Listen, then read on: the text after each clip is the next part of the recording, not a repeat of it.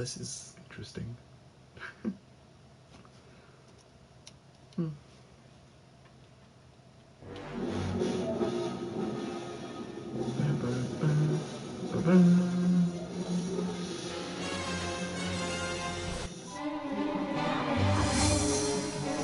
Where's my TV remote?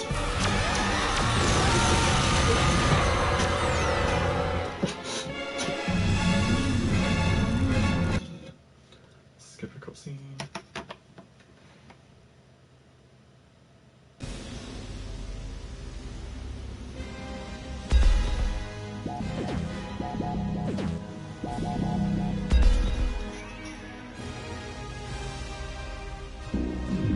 Saving up result here next.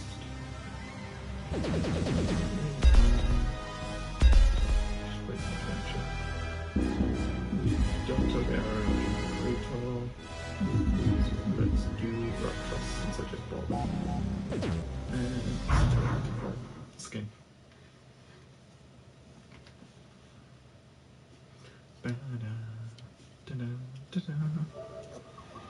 Okay, so here, go to a pause.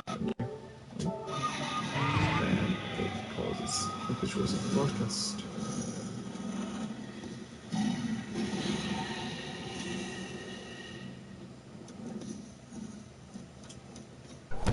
No idea how this is.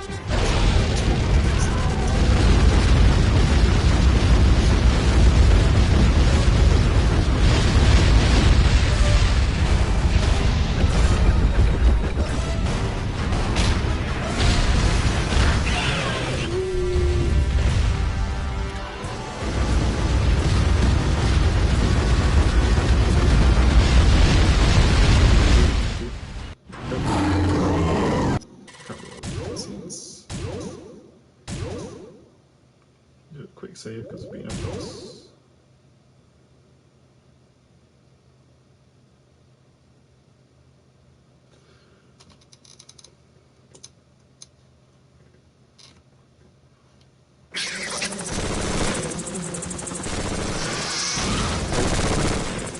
And this version of Congo could be one of the more annoying fights. On medium, it's awful to just constantly grab items that impale you and basically just tag team you.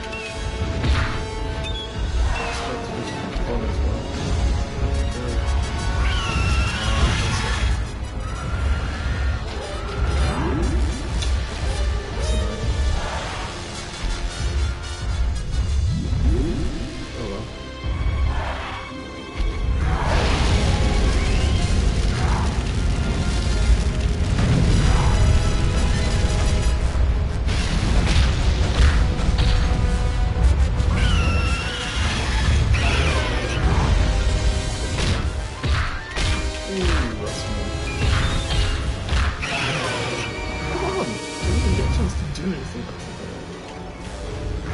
Oh wow.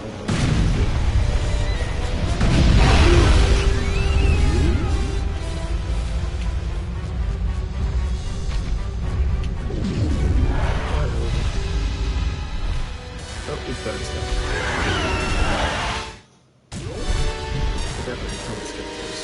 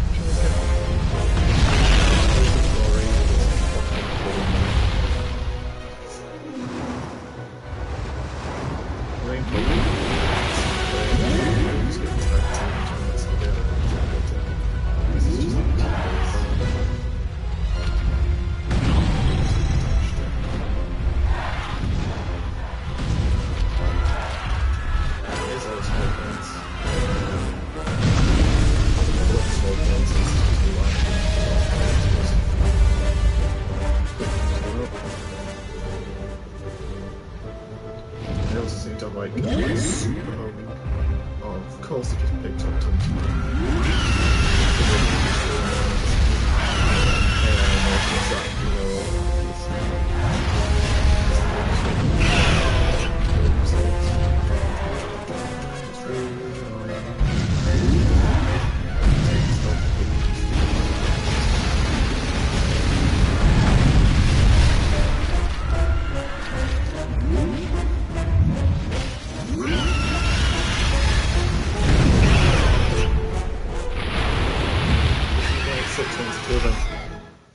you just get bullied into oblivion. There's nothing you can do about it.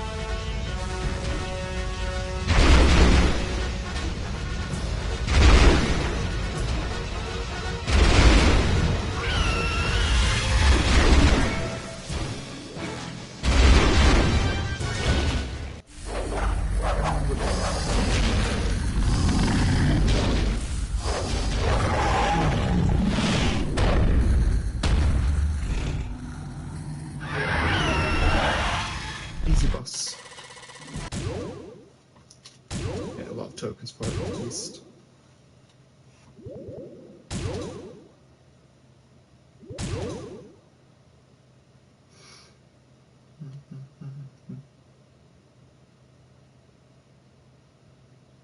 Just looking at my own picture.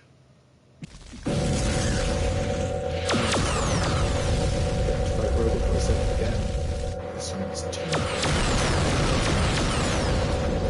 As opposed to it being just 1.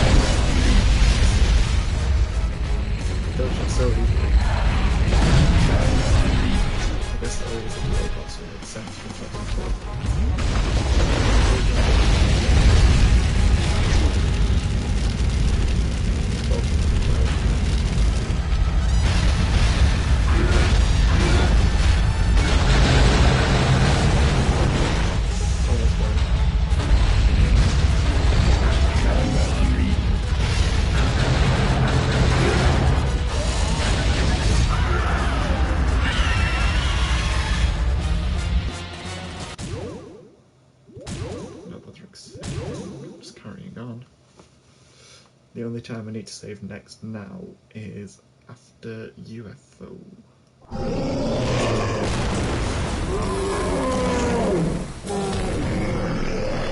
This is Agamo Magno.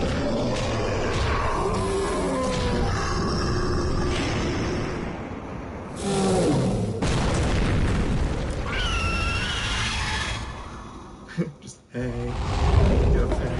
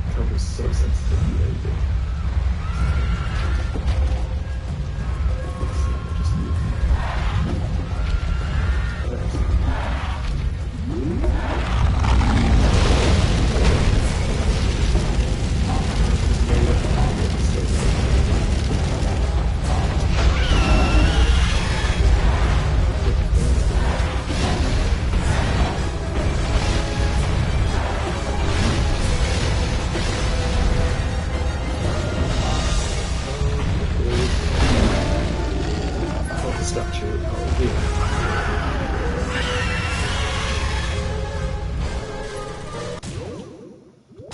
Nope. Yep. Next up is Sunopolis. Just checking the phone.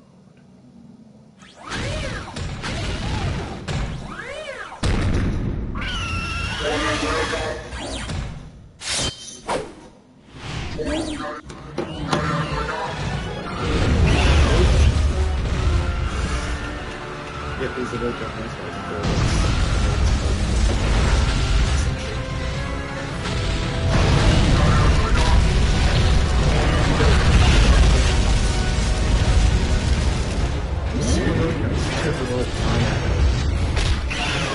Come on. Just let me move.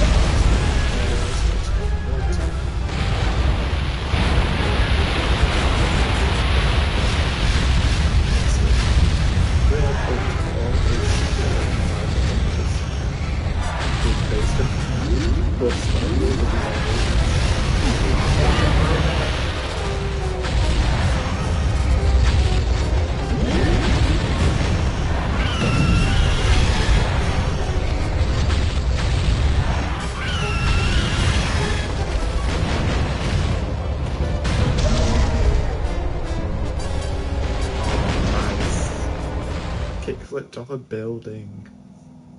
It's going to take me to the blood springs, so I think it's kicked down. Or recruit this? I don't know. Trying to get us outside. But no need. Only need to save on the last boss. Because then you only need to go to the last boss if you want to see any of the end of arcade cutscenes, or end of adventure mode cutscenes for each of the monsters. They all have unique ones except for that trust is all beyond who have to go behind the scenes videos. So we will just do this.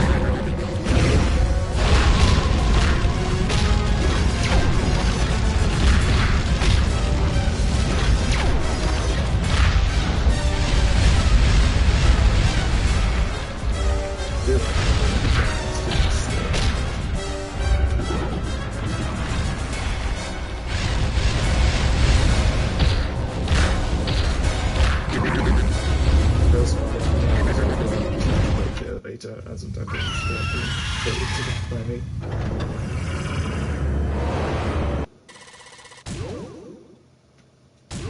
we save. Save Raptros.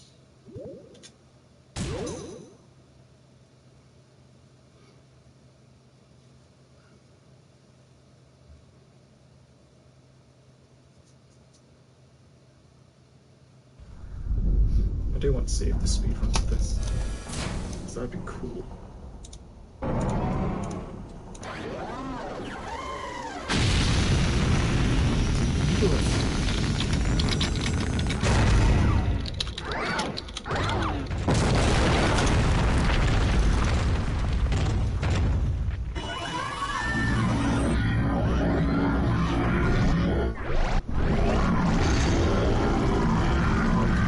Speedrun it. Speedrun it. And then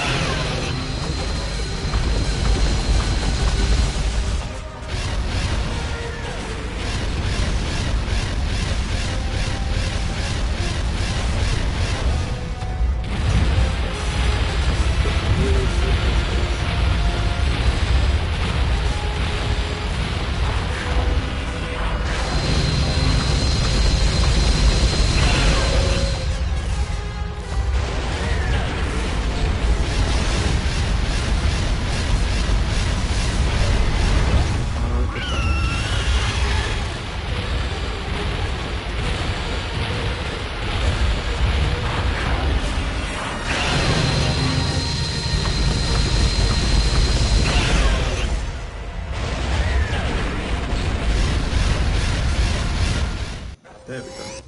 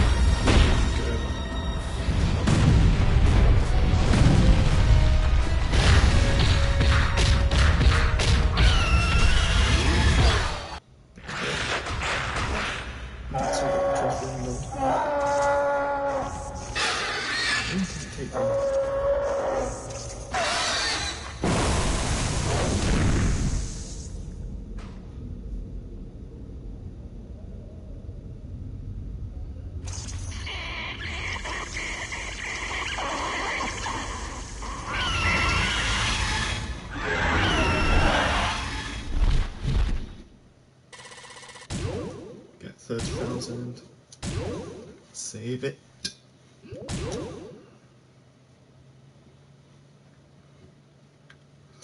Then we get a behind the scenes, which is pretty cool. Salt Lake City, the heart of Utah, famous for its fresh air, clean living, and natural beauty. But appearances can be deceptive. Lurking in the shadows, a team of mad game developers are working on a plan so terrifying it will send people running for cover. The name of this top-secret project is War of the Monsters. Follow us as we uncover the story behind what is poised to be Earth's greatest battle. The basic premise is that aliens from outer space are invading Earth, and the governments of the planet unite to create this super weapon to help defeat them. And they do so. But a side effect is the UFOs come crashing back down to Earth, and they spill their radioactive mutagen all over the planet. And then these huge monsters are born, and they just kind of morph out of huge insects or other crazy creatures. Now we've established how the beasts were created, it's time to unlock the inner workings of the monsters. Of the 8 monsters that you get to play initially, we have Praetor, the crazy mantis. She has lightning-fast attacks, and she's really good at close combat, but she's also good at catching and throwing also. We have Congar, our huge mutant chimp. He's a really well-balanced character. Another really well-balanced character in the game would be Robo-47. He's our classic vintage kind of atomic age US robot, kind of clunky and over the top, can shoot out a nuclear missile and do great devastation to the level. We've got Agamo, our reanimated sentinel. He's a statue from a kind of a Polynesian island. We have Magmo. He's kind of the elemental arch nemesis of Agamo. He's kind of a 4-armed fiery creature. He's a very heavy hitter like Agamo is. We've got Ultra 5, kind of our Japanese, almost toy-like robot. Who else? Oh, Kinetoclops. He's our classic sci-fi monster that you may have seen from old movies. And he's very inspired from kind of vintage classic sci-fi. He's just pure energy, coursing electricity all over, and he has this huge eyeball that kind of floats in this plasma in the center of his body. The biggest challenge for War of the Monsters is trying to get the design of the monsters just right. We have stacks and stacks of concept art for each monster. For example, Agamo, who's the big stone idol, he started off as kind of a pile of rocks with legs, and we kept going round and round in circles, and it took forever just trying things. As chaos reigns and the monsters rampage, the very environments become weapons in the right player's hands. There's actually 2 types of environmental attacks that are going on in the game. One is crucial to gameplay, which is actually using objects and the buildings and just basically the geometry of the level to really enhance fighting. You can pick up a car, a bus, a train, whatever, and use that as a weapon. On top of that, we have natural disasters that monsters can play off of. We think that that kind of fits into the whole theme, because when you see 2 monsters fighting in an old 50s movie, they're not just up there wrestling like men in tights. They're going across towns, across valleys, throwing boulders at each other, creating natural disasters. So we have stuff like tidal waves, earthquakes, nuclear reactor ventings, etc. that really can actually change how the dynamics of fighting happen as the level degrades. One of the core elements to War of the Monsters is the mixture of long-range and short-range gameplay. And very early on, we found that traditional camera techniques currently employed in the video game industry really weren't going to cut it. So we spent a significant amount of time researching and developing various camera models. And the one that we really like the most is our camera unification technology. So for example, in 2-player gameplay, we support a split screen mode, 1 player on one side and 1 player on the other. And that camera follows them around, and that allows them to jump and climb and fly and do all of their free roaming combat, grabbing cars and throwing it at their opponents. But when they get close together into a hand-to-hand combat situation, the system detects that, and we cross-dissolve from the 2 split screens into 1 more traditional fighting view. That allows the players to engage in hand-to-hand combat, see their movements, engage their distances, jump from building to building in these really cool monster battles. One guy might hit another one and bam, send him flying across the level. the system detects that, and then it splits back into 2 screens. And that really allows the hybrid gameplay in War of the Monsters to really come through in single player and in 2-player. Like every other aspect of the game, the soundtrack featured in War of the Monsters was carefully considered. The music was inspired by old movie music, but we didn't want to just recreate that music. We wanted to use it as a jumping off point. So we tried to capture all of that energy and power and awe and mystery from the big monster movies and the old sci-fi movies, and then kind of bring it up to date, make it fit a modern movie.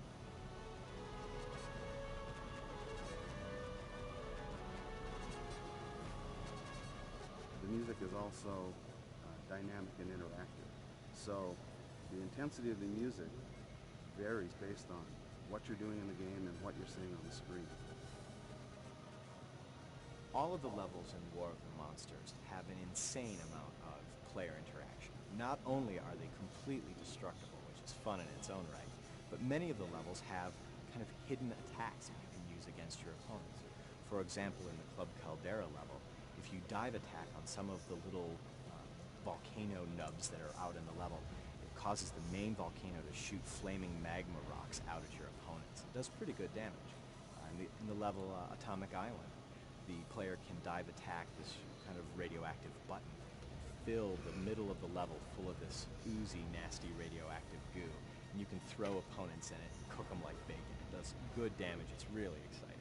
With a classic 50s movie atmosphere, monsters as big as skyscrapers, and environments which range from crumbling cities to raging volcanoes, War of the Monsters is unlike any other fighting game.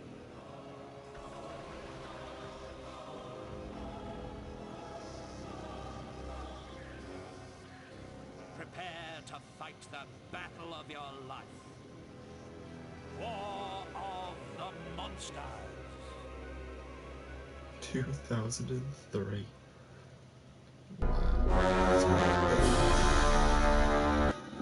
Yeah, that's that done.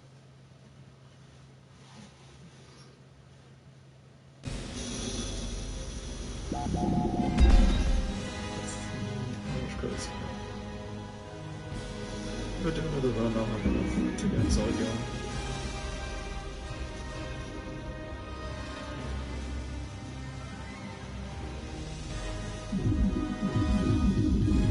Just that, I'll be getting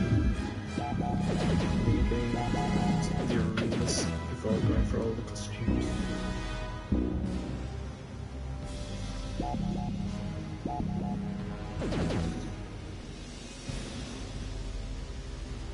Yeah, it looks like you get about 90,000 credits for a run, which isn't that bad.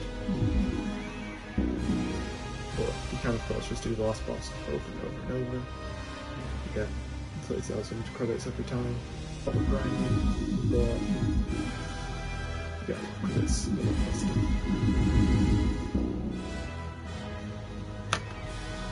Yeah, I'm gonna stop now.